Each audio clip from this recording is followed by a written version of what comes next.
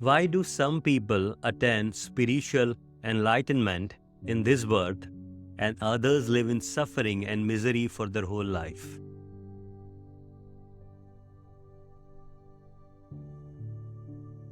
I want to share the fastest path to spiritual enlightenment, which promises to liberate you from pain and suffering. As you learn this teaching, you will completely break free from your mind's dysfunctional thinking pattern.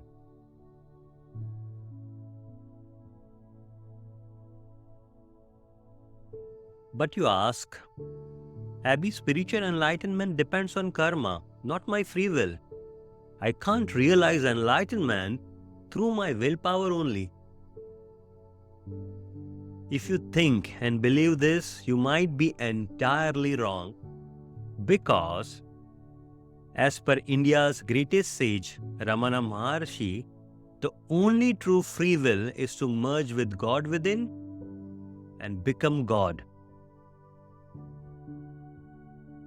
God gave us this only free will to turn our minds inward and realize Him within ourselves.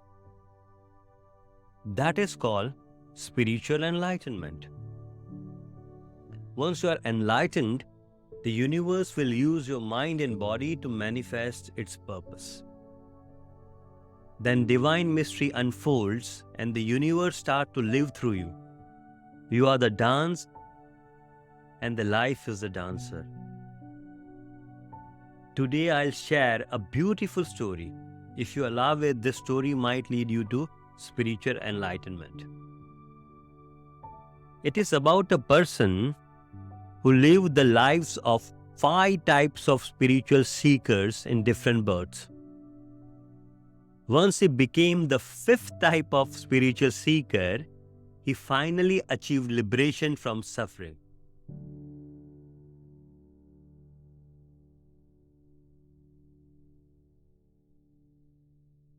So the first type,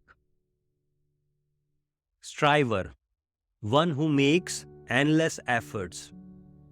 When our person was the first type of spiritual seeker, he relied on karma and willpower. He strives tirelessly to achieve goals. He did all righteous actions called dharma.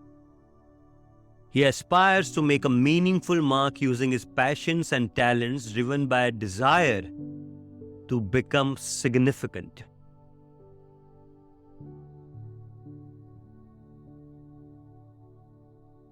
Believing solely in his own will and actions, he aims to change the world. After many lifetimes of such efforts, our person got frustrated as he never achieved freedom from the world's miseries. Why? These are his mistakes, that's why. His ego claimed the ownership of all significant actions without offering his fruit of action to God. He was attached to the results of his actions, thereby taking wrong paths to achieve the results faster.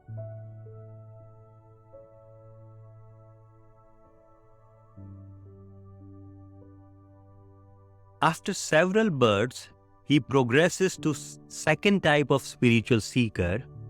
The second type, let's call it Polytheist, a devotee of multiple gods through rituals. How did he advance to the second type of seeker? At one of his births, he approached a friend who told him that just doing karma and dharma will not lead him to his desired achievements. That friend told him, you need the help of the various gods. Different gods. Take the help of different gods. He started worshipping various gods through rituals, believing this will lead to ultimate fulfillment. Our person undergoes countless births performing worship and rituals for various gods. Finally, he becomes weary of the constant cycle of new deities, traditions, and festivals. Seeking an alternative path, he approached a friend again, expressing his fatigue and asking if there was another way beyond ritualistic worship of different gods. Then his friend asked him to become a third type of spiritual seeker. Third type, Monotheist, a zealous worshipper of one God. The friend advises our person to worship only one personal favorite God. Now, hearing this, he becomes very ecstatic. He chooses Lord Krishna and devotedly prays to him daily, visualizing and receiving all the desires from Krishna. Over many lifetimes, his devotion evolves and he realizes that Krishna, all-knowing and all-present, understands his every need. So why is he worshipping Krishna for his desires? Why does he degrade all-knowing God to not knowing by complaining about the miseries in life?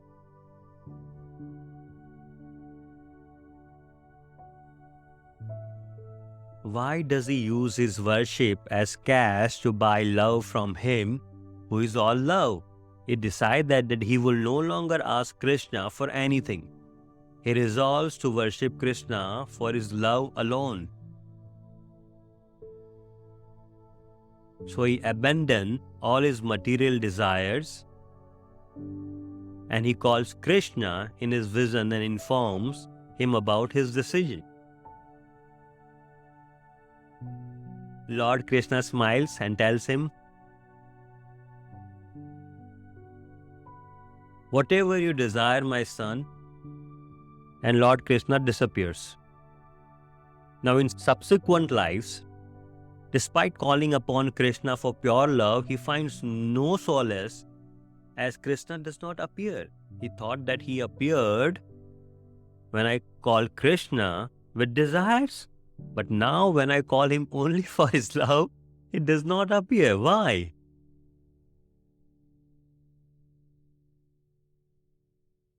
Distraught and abandoning all worldly attachments,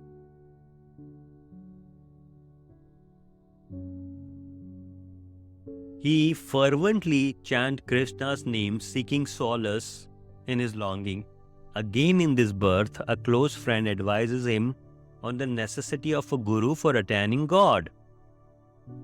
Learning about Ramana Maharshi, who was acclaimed as a realized sage and embodiment of love in Tiruvannamalai, he resolves to seek his guidance.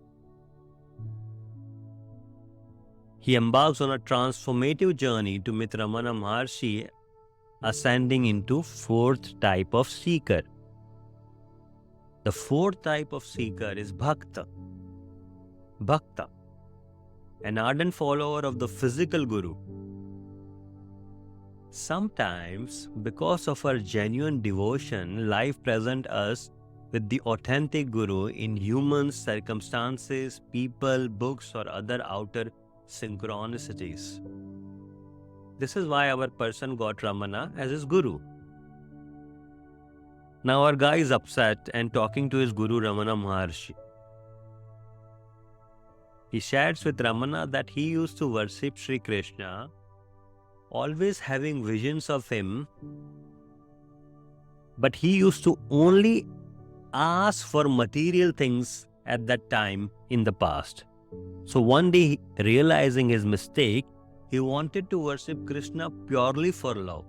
He told Krishna he wanted only him, but Krishna disappeared and never returned, despite his pleas. Now, seeking Ramana's guidance, he learns that if God's external form is reality, it cannot appear and disappear.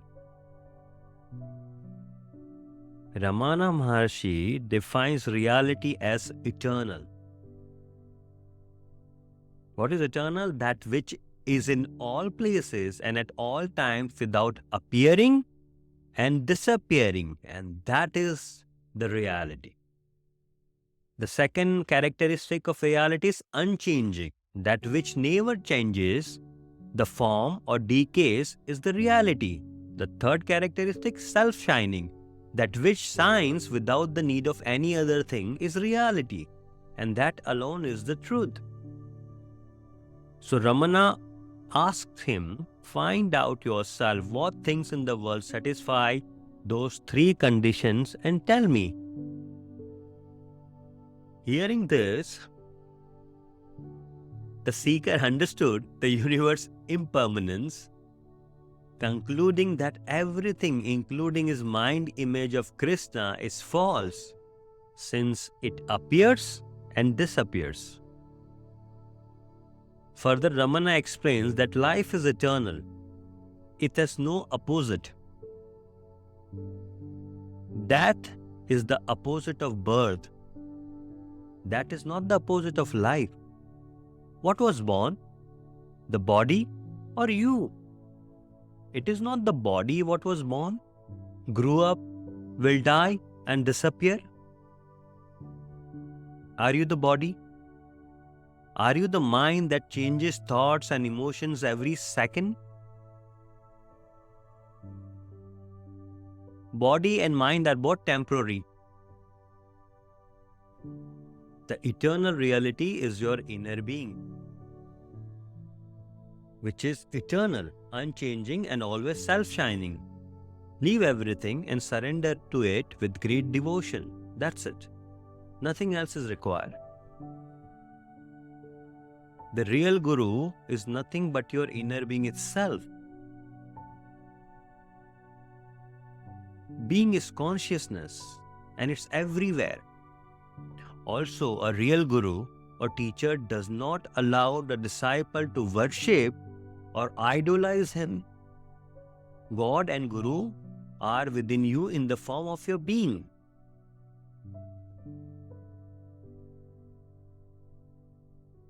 A true teacher cannot see anyone as a student or disciple.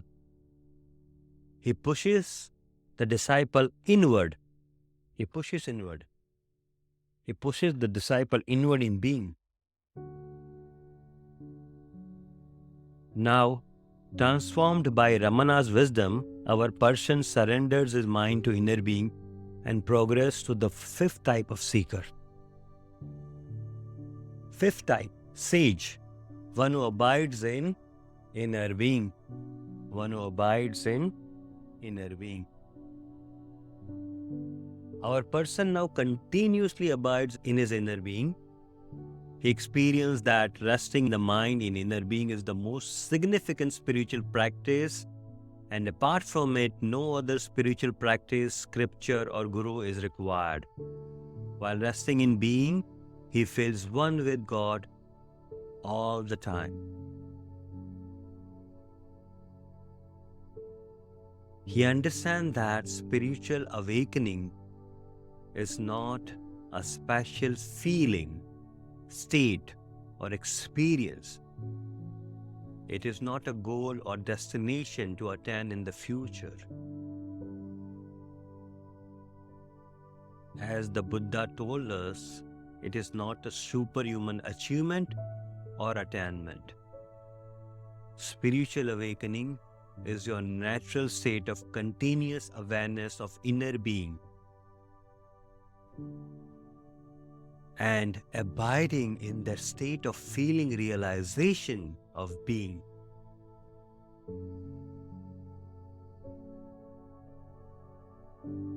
After countless lifetimes and ultimately realizing his true self in this life, he attains enlightenment. Now free from the cycle of birth and death, he is liberated from the world. The existence of an independent entity known as the world depends on the presence of thoughts.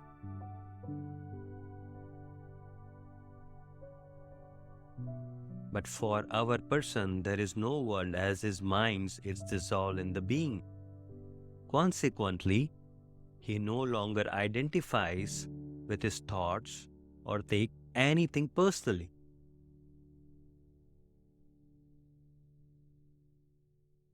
Fully surrendered within, he experiences total freedom from pain and suffering seeing the entire world as an extension of his own self. Now, there are no others for him.